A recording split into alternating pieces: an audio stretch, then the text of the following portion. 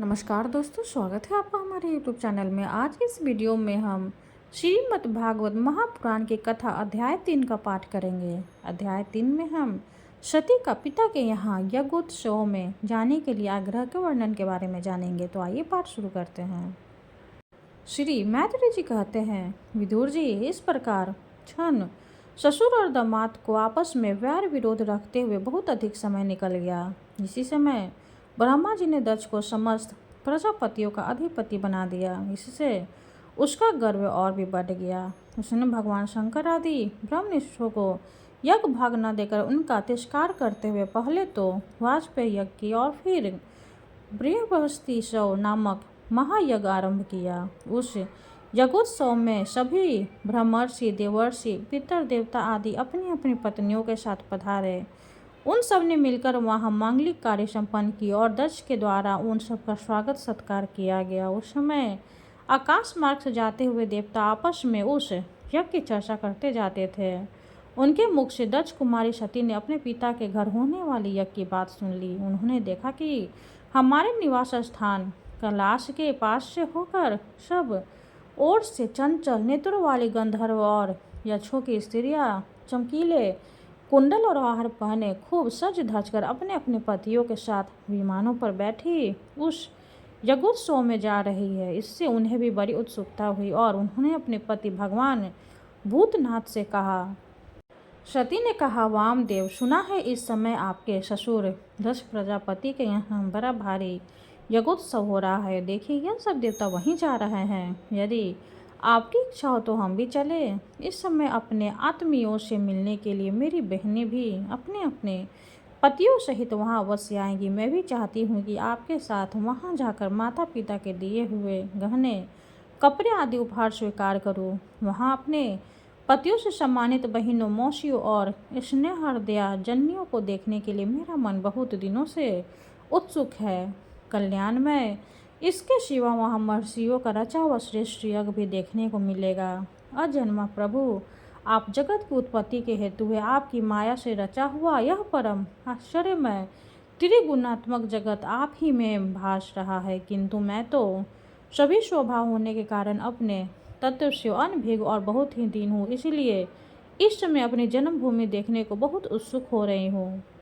जन्म रहित नीलकंठ, देखिए, इनमें कितनी ही स्त्रियां तो ऐसी हैं जिनका दक्ष से कोई संबंध भी नहीं है, फिर भी वे अपने अपने पतियों के सहित खूब सज धज कर झुंड की झुंड वहाँ जा रही है।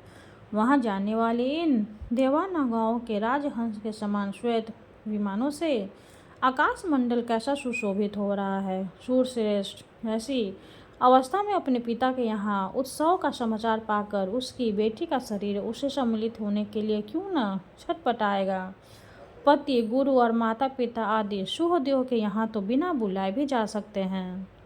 अतः देव, आप मुझ पर प्रसन्न हो। आपको मेरी यह इच्छा अवश्य पूर्ण करनी चाहिए। आप बड़े करुणामयी हैं, तभी तो परम ज्ञानी होकर भी आपने मुझे अपने आधे अंग में स्थान दिया है। अब मेरी इस याचना पर ध्यान देकर मुझे अनुग्रहित कीजिए।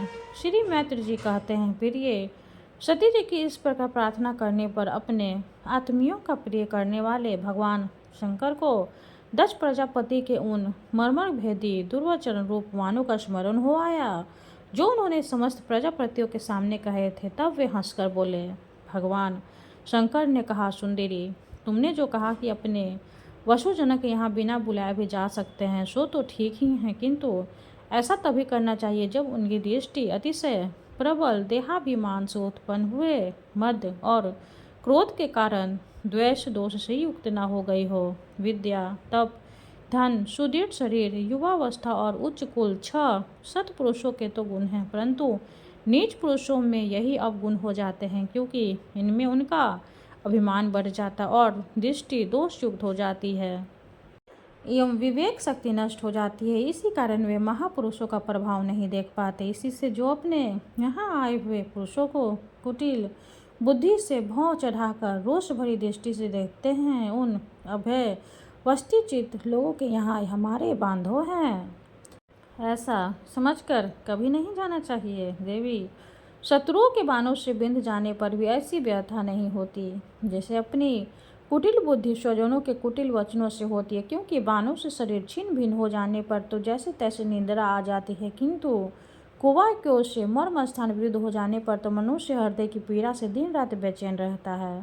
सुंदरी, अवश्य मैं जानता हूँ कि तुम परम मति को प्राप्त हुए 10 प्रजापति को अपनी कन्याओं में सबसे अधिक प्रिय हो, तथापि मेरी आश्रिता होने के कारण तुम्हें अपने पिता से मान नहीं मिलेगा, क्योंकि वे मुझसे बहुत जलते हैं। जीव की चित्तवृत्ति के साक्षी अहंकार शून्य महापुरुषों की समृद्धि को देखकर जिसने हृदय में संताप और इंद्रियों में व्यथा होती है, वह पुरुष उनके पद को तो सुमाता से प्राप्त नहीं कर सकता, बस दैत्यगण जैसे श्रीहरि से द्वेष मानते हैं वैसे ही उनसे कुटता रहता है।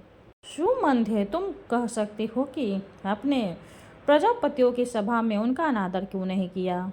सोया सम्मुख जाना, नम्रता दिखाना, प्रणाम करना आदि क्रियाएं जो लोक व्यवहार में परम की जाती है, तत्व ज्ञानियों के द्वारा बहुत अच्छे ढंग से की जाती है, वे अंतर्मयी रूप से सबके अंतकर्मों में स्थित परम पुरुष वासुदेव को ही प्रणाम आदि करते हैं, देहाभिमानी पुरुषों को नहीं करते। विशुद्ध अंतःकरण का नाम ही वासुदेव है, क्योंकि उसी में भगवान वासुदेव का अपरोक्ष अनुभव होता है। उस शुद्ध चित्त में स्थिता इंदिरा भगवान वासुदेव को ही मैं नमस्कार किया करता हूँ। इसलिए प्रिय, जिसने प्रजापतियों के यज्ञ में मेरे द्वारा कोई अपराध न होने पर भी मेरा कटु वाक्यों से तिरस्कार किया था, वह 10 यद्यपि तुम्हारे शरीर को उत्पन्न करने वाला पिता है, तो भी मेरा शत्रु होने के कारण तुम्हें वहाँ अथवा उसके अनुयायियों को देखने का विचार भी नहीं करना चाहिए। यदि तुम मेरी बात न मानकर वहाँ जाओगी तो तुम्हारे लिए अच्छा न होगा, क्योंकि जब मेरी प्रतिष्ठित व्यक्ति का अपने आत्मजनों के द्वारा अपमान होता है, तब वह तत्काल उनकी मृत्यु का कारण हो जाता है। तीसरा अध्याय समाप्त हुआ। हरे कृष्णा। अब हम शिव जी की आरती करेंगे। ओम जय शिव ओमकारा, स्वामी जय शिव ओमकारा, ब्रह्मा विष्णु सदाशिव अर्धांगिनी धारा।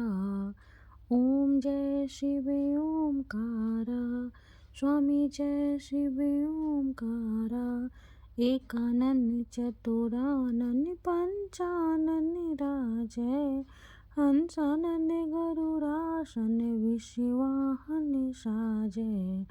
ओम जय शिव ओमकारा, स्वामी जय शिव ओमकारा, दो भुज चार चतुर भुज 10 भुज अति सोहे, त्रिगुण रूपिणी रखते त्रिभुवन जन मोहे।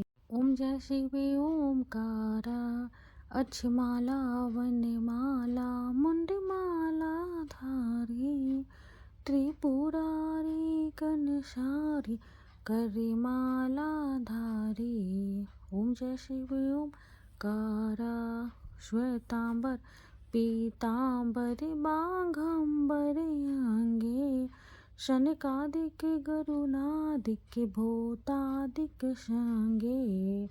ओम जय शिव ओमकारा, घर के मध्य कमंडलो चक्र त्रिशूलधारी, सुखकारी दुखहारी जग पालनकारी। ओम जय शिव ओमकारा, ब्रह्मा विष्णु सदाशिव जानते अविवेका, मधु कैटभ दो मारे सूर्य भयहीन करे। ओम जय शिव ओमकारा, लक्ष्मी व सावित्री पार्वती संगा, पार्वती अर्धांगी शिव लहरी गंगा। ओम जय शिव ओमकारा, पर्वत सोहे पार्वती शंकर कैलासा, भांग धतुर का भोजन भस्मी में वासा। ओम जय शिव ओमकारा, जटा में गंग बहते हैं गले मुंडल माला, शेष नाग लिपटावत ओढ़त मृगशाला। ओम जय शिव ओमकारा, काशी में विराज विश्वनाथ नंदी ब्रह्मचारी, नित्य उठे दर्शन पावत, महिमा अति भारी। जय शिव ओमकारा, त्रिगुण स्वामी जी की आरती, जो कोई नर गावे। कहते शिवानंद स्वामी, भजत शिवानंद स्वामी, मन वांछित फल पावे। ओम जय शिव ओमकारा। शंकर भगवान की जय हो। हर हर महादेव। वीडियो अगर अच्छी लगे तो लाइक कर दे, चैनल को सब्सक्राइब कर दे। धन्यवाद।